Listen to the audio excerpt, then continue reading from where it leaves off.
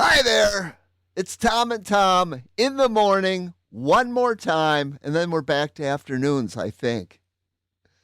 Unless Tom really Well, likes this after slot.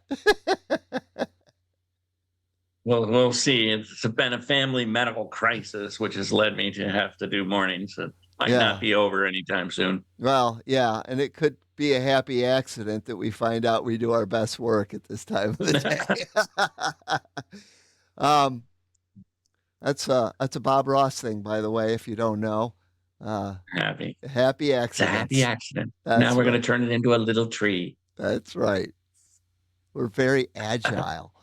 Um, well, speaking of agile, one of the things that's a tenet of modern day uh, collaborative work, of course, is communication. And now things have gotten a little more complicated in that not all of your teammates are human. Yeah, and to me, because I know some folks who are building new generation communication tools for use at work, and as I've been working and as you've been working and we've been building things with AI, the question is like everything is built now with the lens of AI. And I wanted to just riff with you for a few minutes because I think it overlaps the book, how we would think about team communications in the age of AI. If you and I were building a tool from the ground up, what are some of the thoughts that we would have for supporting team communication Yeah. and business communications? And I'll start because I think the most obvious one is AI can look at your communications channels. Obviously, we already know summarize things, but I'm more like it can maybe detect when you're out of alignment. So like the AI is an agent. It's like to me, it's like communication doesn't just become me and you, and we're sending emails. yeah. It's me and my agent and you and your agent, and I use agent, but it might be agents, Right. right? And the agents are doing work and communicating with each other, and they're communicating with us, and they're communicating to your agents, and they're and who are communicating to you. It's like all the things we talk about in the book as being important, but I'll pick on that one that's universal, which is, are you aligned? Do you even know what the business objective is for what you're working on? Like if you're using these agents well, they should be detecting that you're out of alignment, and they should be surfacing it, maybe talking to the other agents, and the agents could resolve it themselves, or maybe surfacing, hey, you two Toms, you actually need to talk like live and in person because you're out of alignment and we can't resolve it. Like that would be a really cool new next generation communication tool to me. Yeah, and I think a lot of people are going to balk at that and go, "Oh, this is Big Brother." But really it's more like Little Brother. Like I mean, Big Brother was already watching, at some level, and the amount of detail that AIs would be absorbing doing this type of monitoring of communication is too great for Big Brother to even absorb. You know what I mean? Like it really and you could certainly put controls on it too to like limit how much it retains and how it uses it. But there I is mean, room for abuse. you're developing products all the time now with AI. I'm developing products with AI. I've talked before, like on this screen, I have one AI running. On this screen, I have other AIs running. And over on this screen, I'm building a product. One of the products I'm building now, I have other team members who are working on. And I'm like, I'm having a conversation with my AI for features to go into this product. It's really reasonable to think about even that conversation I'm having with my AI is Yeah. monitored to understand is what you're talking to your AI about to insert features into this product, and another team member is talking with their AI to insert. Are those in alignment? Right. Like, like like we used to sit together in a room in the early agile days and the extreme programming days and the Menlo days, literally so you could overhear each other and try to detect you were out of alignment. The reason we Yeah. like the team to sit together and pair and talk out loud was so because that's all maintaining alignment. I just want to capture that now in an agentic system. Yeah. Uh, It's like any new technology. I think people are going to be squeamish at first, but you know that, and probably for good reason. But nonetheless, here we are.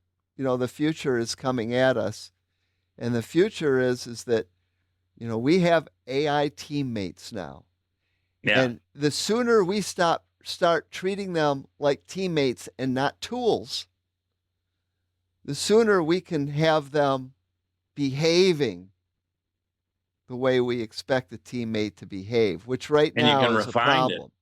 Yeah, you can refine that behavior, in their skills file or in their Yes, markdown files or in their instructions.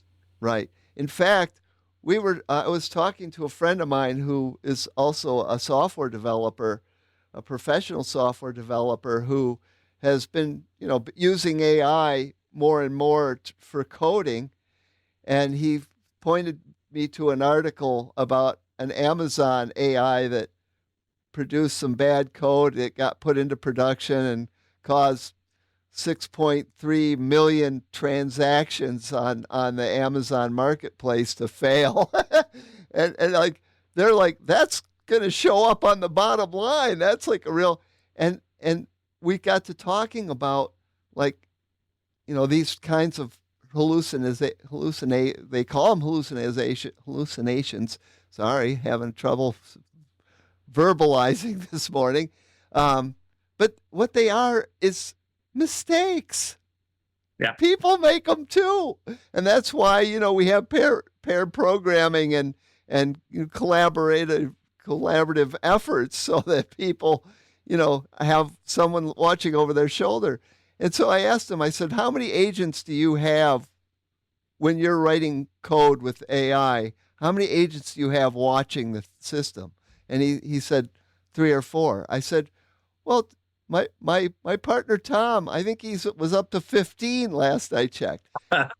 Like, if you can add teammates for the kind of money that we're talking here, why wouldn't you have a big team of people watching each other's backs? And I said to him, "You got to have checkers checking the checkers. That's how Yeah. this thing works."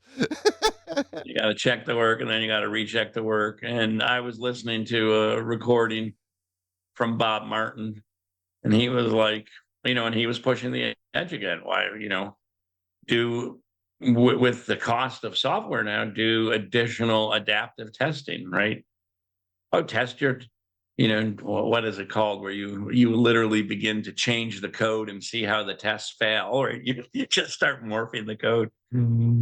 It's like there's all sorts of ways to test and to validate and to verify that we never built disciplines around in general. Like individual teams everywhere, Menlo had extremely high quality uh, practices, and they probably barely scratched the surface. Yeah. So it's like, let's dig deeper, share notes, scratch the surface. If you're only dealing with the cost of electricity, if you're using a local LLM model on a nice piece of hardware, Right. test forever. But to me, it's like testing communications is just another aspect of that. You have agents communicating, you have agents doing work, and you have agents monitoring the communications so that if, I might get 100 incoming messages a day, of which one I need to really pay attention to that can easily get drowned out in the Yeah. noise of things ringing here and there. Like if an agent's watching all of those, I'm like, no, Tom really wants this message. Right. And It can and do the and work to surface it. not to mention the behind the scenes alignment when you have a lot of agents collaborating on the same thing, and each one has a different perspective, a different persona. If you don't have a mechanism to evaluate them, Yeah. If all you're doing is having them evaluate other things and nothing's evaluating them, then you have yourself a potential disaster. So all of this is a wonderful way to say, I'd love to be building a new communications tool today, Yeah. but I would really be looking for what are the fundamental principles of good team dynamics, good team development, good team behaviors, and how do I extend that into our new team members, which are AI agents, and how do Yeah. I use the AI agents to do the work that you and I, especially as agile coaches, would, we had a whole series of ceremonies that we would use to continuously encourage the team to be in alignment. Right. I don't need to spend that time in those meetings necessarily. I did it because it was always worth it. If I can Yeah. find a better way to do it that takes less time for the team and I can automate it, then let's do that. Like, that's Right. easy. I don't need to do a stand up every day where we're all there live to sync up if I can prove that I don't need to do that. But why did we Yes. do that? What was the win? Why did we do certain of the ceremonies that we do historically? Is there a way to replace them, augment them, make them better, make them faster, make them leaner? Those are all Yes. the things I'd be thinking about in terms of building the next generation of communication tools. For sure. And in fact, I've experimented with teams doing asynchronous stand-ups, daily check-ins before, where we use Slack, and we had Check a in. stand-up channel, and every morning everybody on the team would post their little report out that they would have done if we were all standing in a circle together.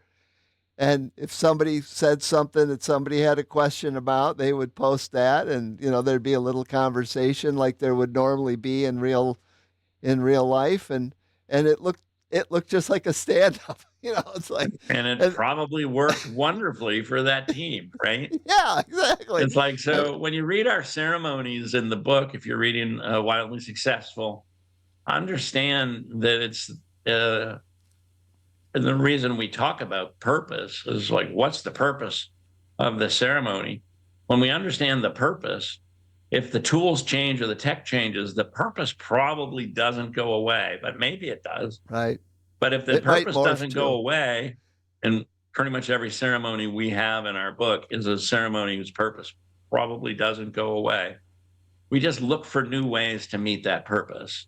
Right. Faster, better, less expensive, something that gives more people more joy while they're doing it. Like, we Yeah. look for all of the good diagnostics. And that's how you build a culture that you love, is we don't stay static. We're willing to adapt to new tools, new techniques, Right. and really now new team members, which AI really represents. Right. Right.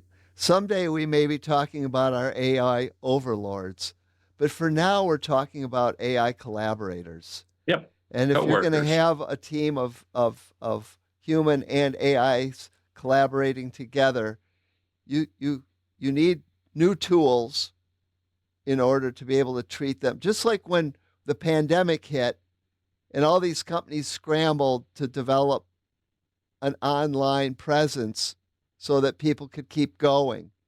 And they adapted relatively quickly. A lot of companies, Zoom went explosive, and all of a sudden everybody was using Zoom and Teams and various tools to collaborate remotely because the environment changed. This is just Yeah. another change, and we need new tools to adapt to this change too.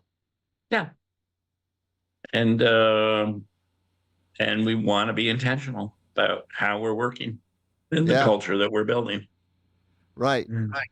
So if you want to be intentional, you could tell us in what way you're trying to do that by dropping something in the comments down below.